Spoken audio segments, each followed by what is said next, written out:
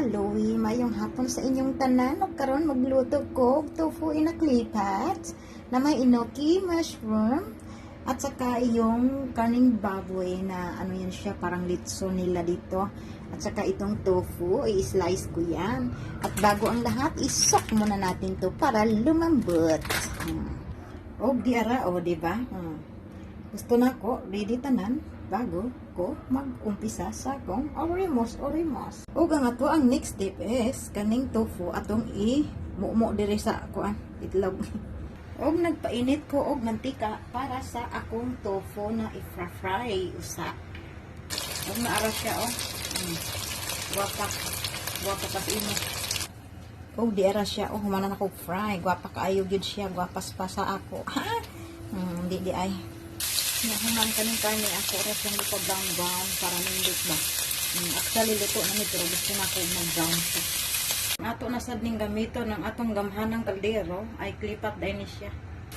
Og kana gibutangan nako, nya paghuman isunod na nako ni karne.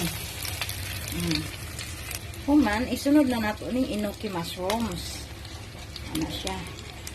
Ana ang pagbutang.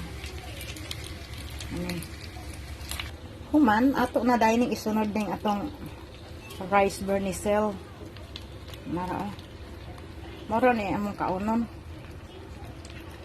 Unya pagkaman isunod na dahil ako ning tofu.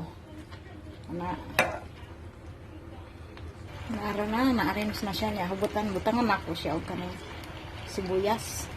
Tanggalin na ito. Kanan. Na pagkaman, ibutang dahil na ako ning kuangan. Kaning ibili na ako ang garlic o kaning onion. Unya, ako na dahil ding ibuubo ning akong kuan marag sauce niya. Para di siya modukot ba. Ana.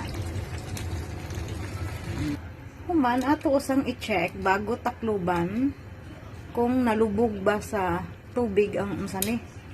Sa sabaw ang unsani kaning kuan ba?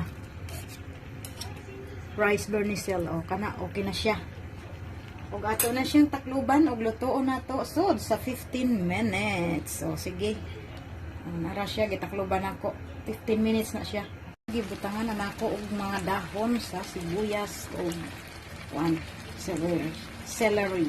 Nag-aso-aso. O, i-open ko na. Charan! O, mo na siya. O, sige. Kauna na.